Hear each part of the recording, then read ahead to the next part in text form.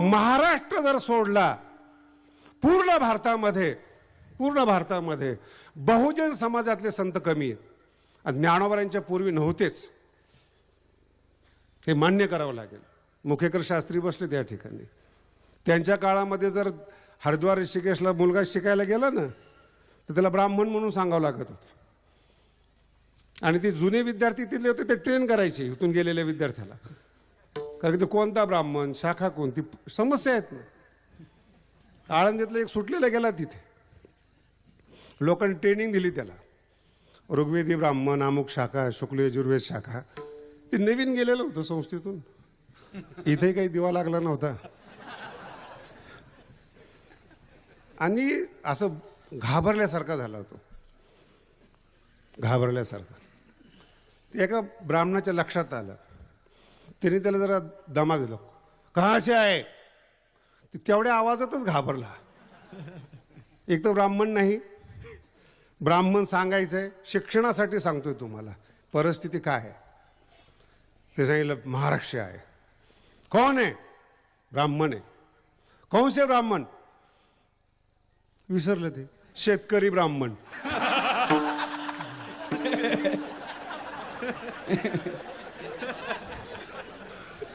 तो म्हणलं ये कौन सा है? मी शेजारी येतो, ये महाराष्ट्र में होता है. अच्छा अच्छा, कोई बात नाही. माझ्या बोलण्यातलं गांभीर्य तुम्ही घेतलं नाही. ज्ञान अर्जन करण्याकरता आत्ता सुद्धा जात बदलावी लागत होती.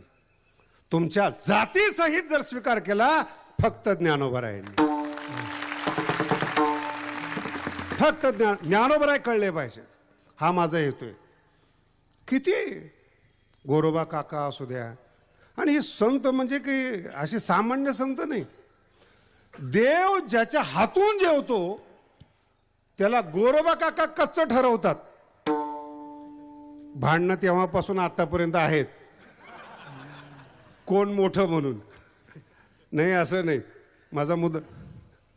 आणि नामदेव महाराजाला राग येतो. माझ्या बोलण्याचा हेतू फार सुंदर आहे.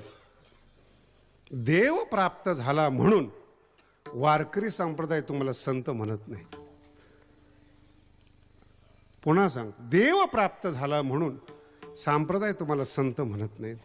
तुम्ही कोणाचे पठ्ठे आहात हे जर कळालं तर तुमचा स्वीकार करतो. कोण गुरु तुमचा, कोणाच्या अध्ययनाखाली, हाताखाली तुम्ही अभ्यास केला. संपूर्ण भारतीय संस्कृती बघा, गुरुचं नाव सांगितल्याशिवाय त्याची स्वीकृतीच नाही. त्याच्या बोलण्याला मानच नाही. त्याच्या बोलण्याला प्रमाण सोडून द्या, प्रमाण वेगळं, मान नाही त्या बोलण्याला, आणि त्याचा परिणाम वेगळा होतो.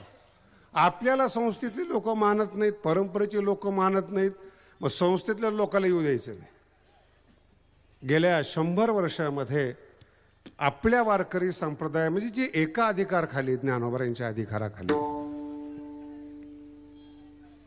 नाही परिसरात लोक येऊन देत संस्थेचे.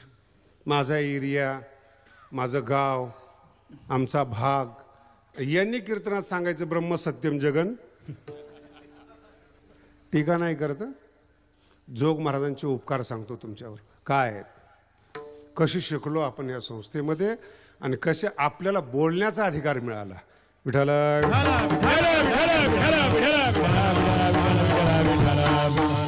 अभ्यास करा तुम्ही आता सुद्धा. का तुकोबरायचे अभंग बुडवले? चोखोबरायचे अभंग चालतात, वेश्येच्या घरात जन्माला आलेल्या कानोपात्रीचे अभंग चालतात. का चालत नाही तुकोबरायचे अभंग? विचार करा या गोष्टीचा. का चालत नाही? काय गरज? का बुडवणारी भावकीच. रामेश्वर भट्ट नाही तर चुकीची कल्पना आहे. रामेश्वर, माझा हेतू तो नाही बोलण्याचा जो तुमच्या डोक्यामध्ये की ब्राह्मण समाज, असा हेतू नाही माझा. माझा हेतू एक, ते संत एकटा असेल ना तर त्रास होतो. तुकोबरा एकटे होते म्हणून गाथा बुडवला. इतके जर बुवा लोक असते तर बुडवणाऱ्याला बुडवलं असतं. आणि ही एकता जोग महाराज संस्थेत मला अपेक्षित आहेत. प्रत्येकाला वाटलं पाहिजे. ज्ञानेश्वरीमध्ये जेव्हा गुरुचं वर्णन करतात, गुरुबंधूला सख्या भावाप्रमाणे मानतात. ज्ञानोबाराय म्हणतात. माझ्या लक्षात आलं, ज्ञानोबाराय एक सांगतात, आपल्या गुरुला गुरुबंधू सहोदर भाऊ आहे असं मानावं. तेव्हापासून भावकी सुरू झाली वर्तमान काळात. हे हेतू नाही. म्हणून जोग महाराजांचा अधिकार, जोग महाराजांची व्यक्ती वेगळी, कोणासारखेच नाहीत. त्यांचं जगणं सिंहासारखं आहे, जोग महाराजांचं वागणं सिंहासारखं आहे.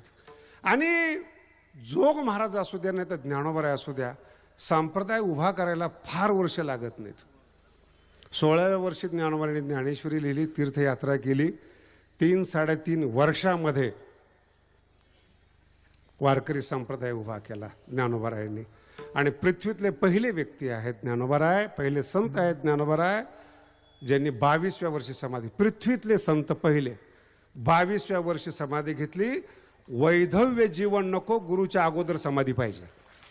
सौभाग्यशाली जीवन. तुम्ही दाखवा मला संपूर्ण जगामध्ये माऊलीसारखा इतिहास कुणाचा आहे. तुम्ही दाखवा मला संपूर्ण जगामध्ये माऊलीसारखा इतिहास कुणाचा आहे. आणि त्याच्या पुढचा टप्पा सांगतो.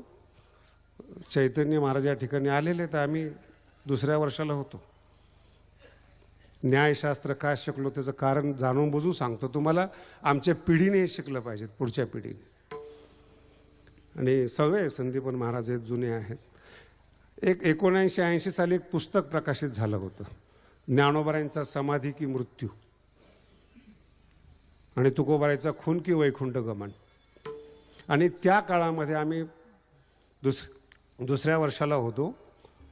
आणि सगळी महाराष्ट्रातली टॉपची मंडळी यांची बैठक इंद्रायणी तीरावर बसली. काय शिव्या दिल्या महाराज, काय सांगायचे त्या काळामध्ये. पांडुरंगबा पण असतील त्या टायमाला. एकानेही तार्किक उत्तर दिलं नाही. एवढं त्यांनी पुस्तक लिहिले, प्रश्न विचारलेत. शिव्या देऊन थोडेच त्याचे सॉल्व्ह होतात प्रश्न. शिव्या देणं ही प्रतिक्रिया अज्ञानाची आहे. एकाही त्याच्यानंतर सुद्धा वारकरी संप्रदायातल्या महाराज लोकांनी त्याचं उत्तर दिलं नाही. ज्ञानोबारायांची संजीवनी समाधी का मृत्यू पुस्तक आहेत. आजही शिकलेली लोक हेच मानतात, मानतच नाहीत. केवळ आपलं अज्ञान कारणीभूत आहे त्याला. ज्ञानोबारायांची समाधी का मृत्यू केवळ अज्ञान कारणीभूत आहे. 6वा अध्याय वाचा. ही जी वैज्ञानिक लोक आहेत ना, सुशिक्षित, 2 टप्पे सांगतो. आत्ताची शहरातली माणसं सुशिक्षित आहेत, ज्ञानोबाराय ॲडव्हान्स आहेत. हा दोघातला फरक आहे. कसे ॲडव्हान्स आहे ते तुम्हाला सांगतो, म्हणजे तुमच्या लक्षात येईल. काय जिवंत असणं याची व्याख्या काय? श्वासोश्वास करणं. आणि शरीर नाशिवंत आहेत हे सगळ्या संतांनी सांगितलेले आहेत. कशी याला समाधी होऊ शकते? 6वा अध्याय वाचा. श्वास असेल, ऑक्सिजन असेल तर माणूस जिवंत असतो. 6व्या अध्यायात माऊलींनी उत्तर दिलेले आहेत, योग्याला श्वास घ्यायची गरज नाही. एवढं उत्तर वारकरी संप्रदायाला माहीत नाही. ज्ञानेश्वर महाराज म्हणतात बरं का, योग्याला श्वास घ्यायची गरज नाही. त्याचे नाडीचे ठोके बंद असतात, कफ पित्त त्याच्या शरीरामध्ये नसतं. त्याचं शरीर सोन्याचं असतं, सोन्यासारखं. आत पोकळ असतो, तो प्राणवायूचा बनलेला असतो. हे योग्याचं लक्षण आहे. आपण ज्याचे शिष्य आहेत ते योगीराज आहेत, राजयोगी आहेत. साध्या योग्याला जर श्वास घ्यायची गरज नाही, ज्ञानियांचा गुरु राजा राजयोग्याला. आणि हे आपलं अज्ञान आहे. एवढ्या मोठ्या ज्ञानोबारायांचे आपण अनुयायी आहोत, जोग महाराजांच्या. आपल्याला प्रत्येक प्रश्नाचं उत्तर पाहिजे.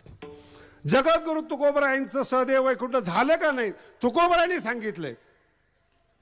हे शरीर सदैव वैकुंठाला जातं याचं कारणच वैज्ञानिक लोकांना माहीत नाहीत. त्यांचा प्रयोग चालू आहे, आयुष्य वाढवायचं कसं. आणि त्या प्रयोगामध्ये जे आपल्या बॉडीतले सेल्स असतात, DNA असतात, त्यांचा अभ्यास चालू आहे की DNAचा. ह्या आत्ता सुरू झाला अभ्यास. आपण नेहमी सांगतो लोखंडाचा विळा असतो, तो विळा परिसराला लागल्यानंतर ते सोनं होतं. म्हणजे काय होतं? त्याचे DNA बदलतात. शब्द लक्षात ठेवा, त्याचे DNA बदलतात. लोखंड सोनं झालं.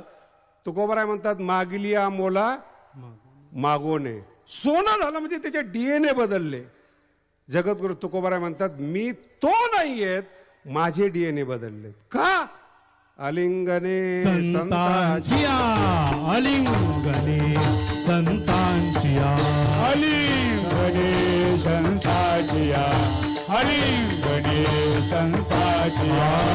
दिव्य झाली माझी काया, दिव्य झाली माझी काया, दिव्य झाली माझी काया, दिव्य झाली माझी काया. मस्तक हे पाया, मस्तक हे पाया, मस्तक हे पाया, मस्तक हे पाया. वरितांचा ठेविता, वरितांचा ठेविता, वरितांचा ठेविता, जरी त्यांचा ठेविता.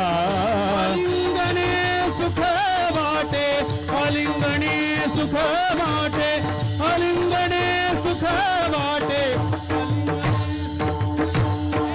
आज फिटले माझे कोळे, आज फिटले माझे कोळे, आज फिटले माझे कोळे, आज फिटले माझे कोळे. अलिंगने संतांचिया, दिव्य झाली माझी काया, मस्तक हे पाया, बरी